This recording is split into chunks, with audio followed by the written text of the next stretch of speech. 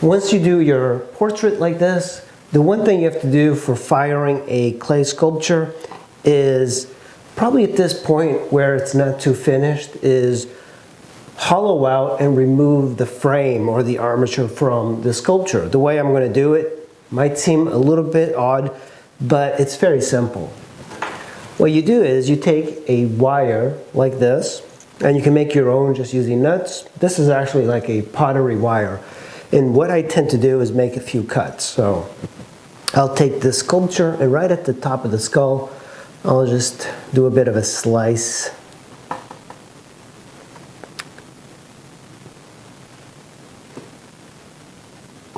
So now I have this. I want to see if I can remove this. Just kind of slide it up. The clay is pretty wet. You might want to wait until it's just a little bit better.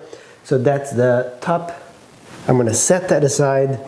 For me, I'm going to use these wire end tools, and I'm just going to dig out a lot of this stuff around the armature.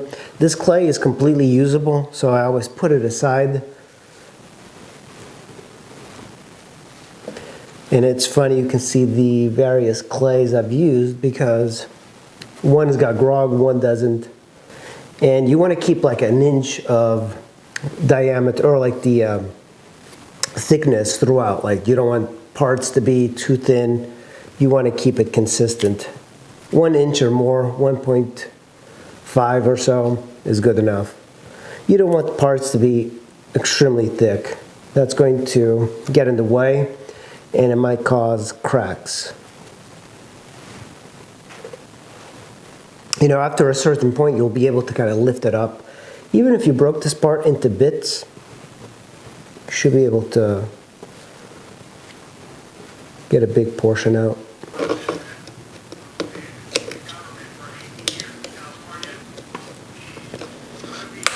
This is that one clamp. I'm just going to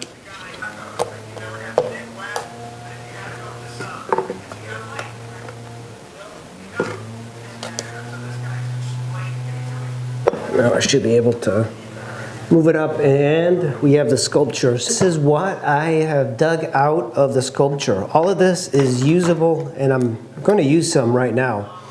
But what I like to do is I'm going to take all of this clay and mush it together into one clump. That's going to make it easier to put together.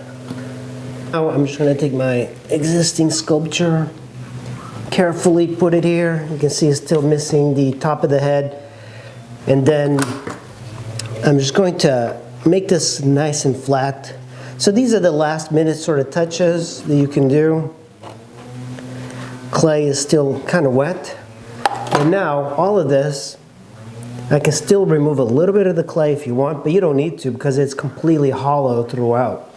That's the thing that you have to do for water-based clay, is make it hollow, and you just have to make sure it reaches the bottom. So because this is a study, I really don't want to spend too much time on it. Part is important. Remember the back of the head, or the top of the head? I have it here, and we can still get some clay off of it. So I'm just going to remove a little bit like this. But you want the edges to be nice and thick because I'm going to glue it onto here. And sometimes you do this and a hairline crack develops, but the secret is to get it really wet and create a slurry and put it down. And I'll show you how to do that in a minute. You basically just have to get it very wet, kind of put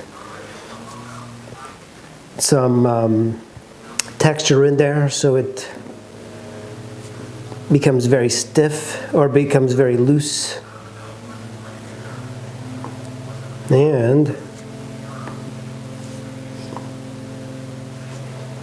so you can see I have plenty of space there.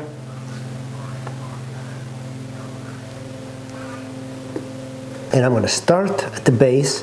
I'm going to just put plenty of water here.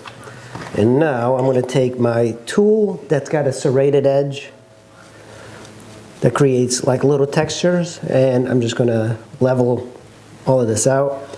This creates texture, these little lines, and all of this clay that's nice and wet.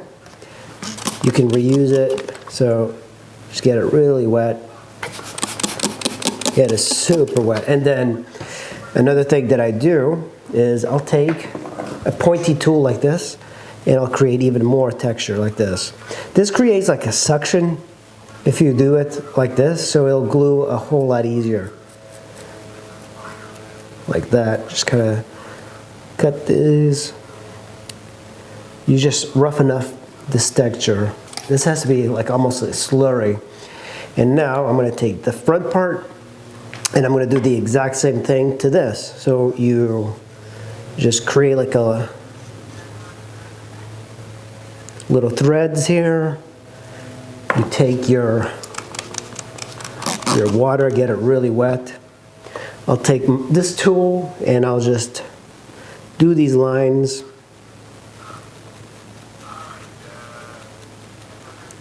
You still have to keep this really wet because you want the clay to remain wet while this dries just a bit. I don't know if that makes sense to you guys, but so I'm going to put plenty of water. And now, here's the trick, putting it down and kind of pushing it. Push it, but don't push it too much that you'll destroy the sculpture. Here we go.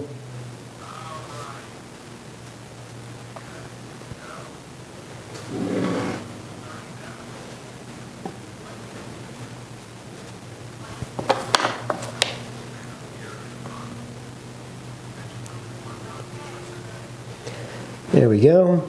So there's still a line in the head. You have to be very careful because this is why you want to keep it wet for now. You want to just be able to work this for a bit. And I'm just kind of pushing where the seam is. I'm actually going to push it down quite a bit. As I kind of rotate this around, you'll see the big difference. But I'm just going to keep pushing it. And I know that that line is there, so I'm actually going to push it even more. The clay that I remove, that's really wet, I'm going to reuse that and put it as the clay.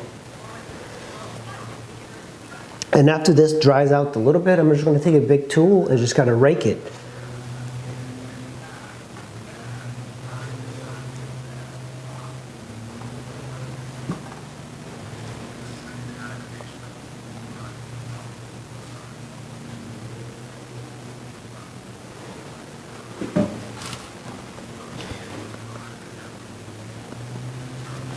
All right, look at that. So as you can tell, it's already starting to disappear. The seam is almost completely gone. And now at this point, you have the option letting it dry or keep working on it. I'm probably gonna put another few hours of work into this. And I always make my bases flat because I mount them right on a table. I don't want to be able to just have like a wood thing and do more additional work. Some sculptors actually they'll put it pointy and then they'll mount it on a piece of wood. It looks very nice. But for me, this is usually like where I like to leave it. And I'll take some nice soft clay and create a base, like a flat base. I like heads that are not too big because I don't know about you, but you know, a portrait is, I think it's more valuable to the individual. Unless I was doing something for somebody, I would do it bigger. But yeah, for portraits, I don't really care about having a portrait really large in my house. And a real life portrait, like a full-size bust, weighs quite a bit. That's pretty much how you remove the insides of the sculpture. This, if I wanted to leave it this way, I could just take it to the kiln. Remember, the first thing you have to do is let this dry, probably for a few days at room temperature. There are people that dry it a little bit faster. They can put like a heat gun on it. I just let it dry.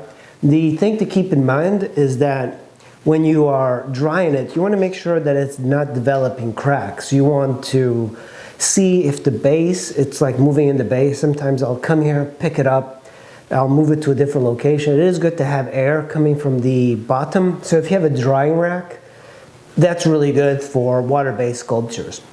But I just wanted to show you really quick how I remove the insides of a portrait. It's actually the simplest way, but the thing that I learned from just using the armature that I built in the last video is that perhaps I'll use thicker wire and just put it in the hole for the armature, the pipe, the flange, the steel pipe. I think that's a better option, and that's what I've done before, but I wanted to see if it would be a little bit more stable using the other way. So I'm just going to clean this up. I'm probably continue working on this for a bit, but that's pretty much it for today's video. Thanks for watching, and I'll see you in the next video.